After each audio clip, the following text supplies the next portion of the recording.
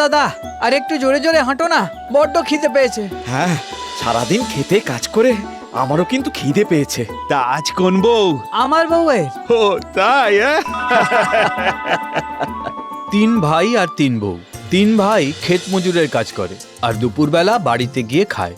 এই বাড়িতে পালা করে রান্নার একটা নিয়ম আছে, মানে আজ বড় বউ তো কাল মেজো আর পরশু ছোট। আজ ছোট বউয়ের পালা। ছোট, আমরা মন্দিরে পুজো দিতে চললাম। আচ্ছা দিদি।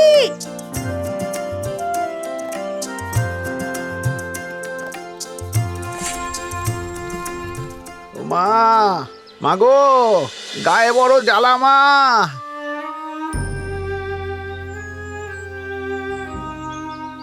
কে তুমি? কে গো বাবা? কি চাও? আমি ভিখারি মা।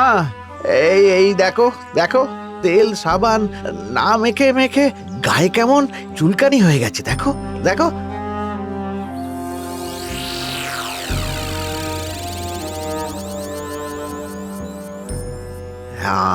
আমায় একটু তেল দেবে? গায়ে মেখে পুকুরে ডুব দিলে যদি শরীরটা একটু জুড়োয়। বেশ, দাঁড়াও।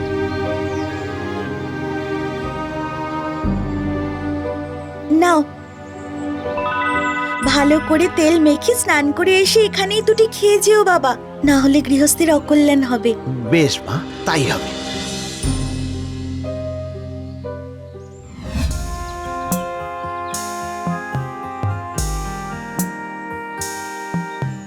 তেল নিয়ে পুকুরে গিয়ে স্নান করে ভিখারি।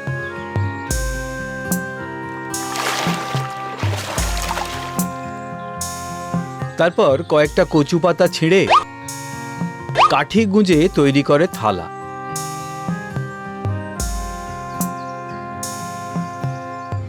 তেলের বাটি আর কচু পাতা থালা হাতে করে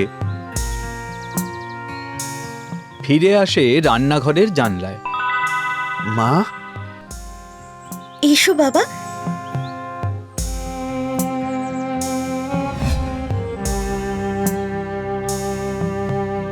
ও কি কচু পাতা কেন? আমি থালা দিচ্ছি, দাঁড়াও। না মা, তুমি এতেই দুটো ডাল ভাত দাও, খেয়ে প্রাণ জুড়াই। আচ্ছা বেশ।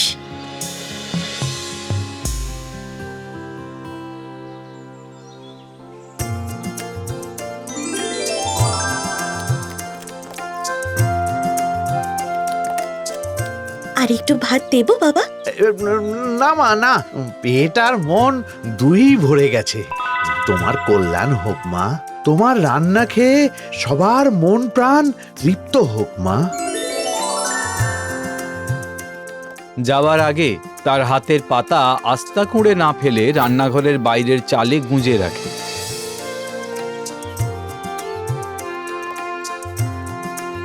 কিছুক্ষণ পরে তিন ভাই দাওয়ায় এসে ঢোকে।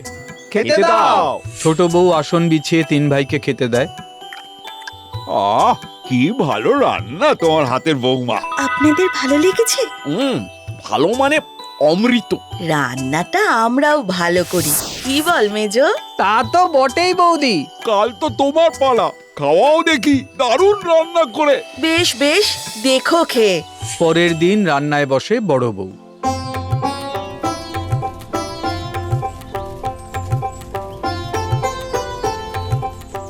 আগের দিনের মতন আবার আসে সেই বৃদ্ধ ভিখারি। ও মা, মাগো, একটু তেল দেবে মা? তেল? কেন? তেল কি সস্তা নাকি? যাও অন্য বাড়ি দেখো গে, যাও তো। গরিব ভিখারিকে একটু তেল দিলে, দুমুঠো ভাত দিলে তোমার মঙ্গল হবে মা। আরে এ তো মহা জ্বালা, কেবল ঘ্যান ঘ্যান করছে। এই নাও তেল।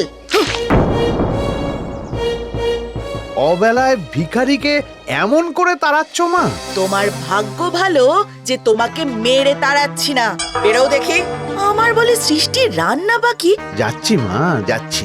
তবে যাদের জন্য রান্না করছো তারা আজ খেতে পাবে কি? মরণ, এত রান্না করছি তো খেতে পাবে না কেন শুনি? দেখো যদি পায়। সব কি উবে যাবে নাকি? হ্যাঁ, যত সব। সময় যায়, নানা কাজের মধ্যে ভিখারির কথা ভুলে যায় বড় বউ। খেতে দাও। হ্যাঁ বসো, আসন পেতে দিচ্ছি। ছোট বউয়ের মতো আজ বৌদি আমাদের খাইয়ে মুগ্ধ করে দেবে বলেছে। ঠিক বলেছো ঠাকুরপো, একটু অপেক্ষা করো, আনছি।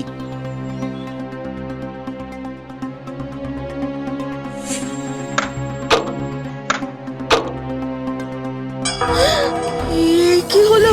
ও মা গো, গামলা তো খালি। সারা দিন ধরে এত যত্ন করে রান্না করলাম, সব গেল কোথায়? কি গো, খিদেতে পেট চলছে, খেতে দাও।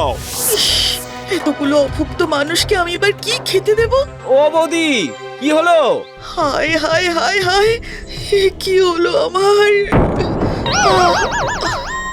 এদিকে খাবার দিতে দেরি হচ্ছে দেখে সবাই রান্নাঘরে আসে আর বড় বউকে দেখে মাটিতে পড়ে থাকতে। কি কি হলো তোমার? এই ভাই, ভাই জল দে, জল দে। কি কি হয়েছে তোমার? তোমাদের জন্য সারা দিন খেটে খুঁটে রান্না করলাম, কিন্তু রান্নাঘরে এসে দেখি সব গামলা হাঁড়ি ফাঁকা। কিন্তু তোমার বাজে কথা, আসলে রান্নাই করনি তুমি। মানে কি বলতে চাইছো? আমি মিছে কথা বলছি? রান্না করলে তারও তো কিছু প্রমাণ থাকবে। আহ দাদা, এখন মাথা গরম করো না। আমি বরং বাজার থেকে দই, কলা আর চিড়ে নিয়ে আসি। হ্যাঁ হ্যাঁ হ্যাঁ হ্যাঁ, সেই ভালো, খেতে তো হবে সবাইকেই। পরের দিন আবার মেজ বউয়ের রান্নার পালা। কাল দুপুরে কারোর খাবার জোটেনি, আজ ভালো করে একটু মাংস রান্না করি, এই পাতে দিলে সবাই খুব খুশি হবে। বাহ বাবা বাবা বাবা, ভালোই তো গন্ধ বেরিয়েছে।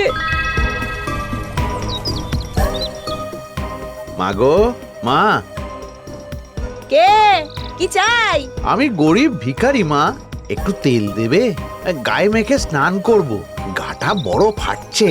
ও বাবা, ভিখারির আবার শখ দেখো। তা স্নান করবে, করোগে যাও। দেশ গায়ে তো আর পুকুরের অভাব নেই, ও সব তেল টেল হবে না। বেশ, তবে দুমুঠো ভাত দাও, বড় খিদে পেয়েছে। ভাত? বলি চাল কি সস্তা, মগ না মেলে? ভিখারিকে দুটি ভাত দিলে তোমার কম পড়বে না মা? আমি আমার ঘরের মানুষদের জন্য রান্না করছি বাপু, বিলনের জন্য নয়। তুমি গেলে এখান থেকে, গেলে যাও। বেশ, যাচ্ছি, তবে যাদের জন্য করছো তারা খেতে পাবে তো? সময় যায়, ভিখারির কথা ভুলে রান্নায় মন দেয় মেজ বউ। আগের দিনের মতন 3 ছেলে এসে খেতে চাইলে তাদের আসন পেতে বসায় মেজ বউ। ও মাগো মাগো মাগো, এ কি ছাই ভস্য হলো কি করে খাবারগুলো? এ কি সর্বনাশে কাণ্ড! শুনছো? কই গো?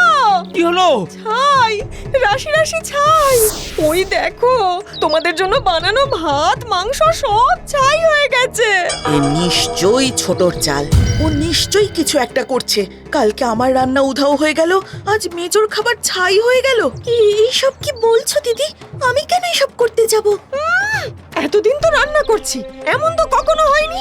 হ্যাঁ, সবাই ভালো বলছে না, তাই সবাইকে তোর রান্না খাইয়ে বশ করতে চাস তুই। আর প্রমাণ করতে চাস আমরা খারাপ। তোমরা থামো, আরে কি হচ্ছে কি? আচ্ছা দাদা, বাড়িতে কোনো অশুভ কিছুর ছায়া পড়েনি তো? তাই যদি হয়, কাল ছোট বৌমার রান্নাতেও তাই হবে। ছোট বৌমা, কাল তুমি রাঁধবে তো? হ্যাঁ দাদা। রাঁধো, তারপর দেখি কি হয়। পরের দিন রান্না যখন শেষের পথে, তখন বাকি 2 বউ পুকুরে যায় স্নান করতে। আর ঠিক সেই সময় আবার আসে সেই বৃদ্ধ ভিখারি। মা, একটু তেল দাও মা। দাঁড়াও, এই যে, এই নাও। আর আজকেও কিন্তু স্নান করে খেয়ে যাবে এখানে, কেমন? যাব মা, যাব। মা, অন্নপূর্ণার কথা কি আমি ফেলতে পারি? সেই প্রথম দিনের মতো ভিখারি স্নান করে এসে পাতায় খায়, আর তারপর সেই পাতা চালের মাথায় গুঁজে রেখে চলে যায়। যথারীতি দুপুরবেলা খেতে বসে সবাই ধন্য ধন্য করলো ছোট বউয়ের। আমাদের ছোট বৌমা একেবারে সাক্ষাৎ অন্নপূর্ণা। জানেন দাদা, আজ এক ভিখারিও তাই বলে গেলেন আমাকে। ভিখারি? কোন ভিখারি?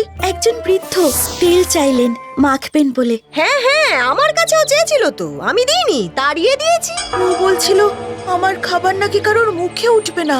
হ্যাঁ, আমাকেও বলেছিল।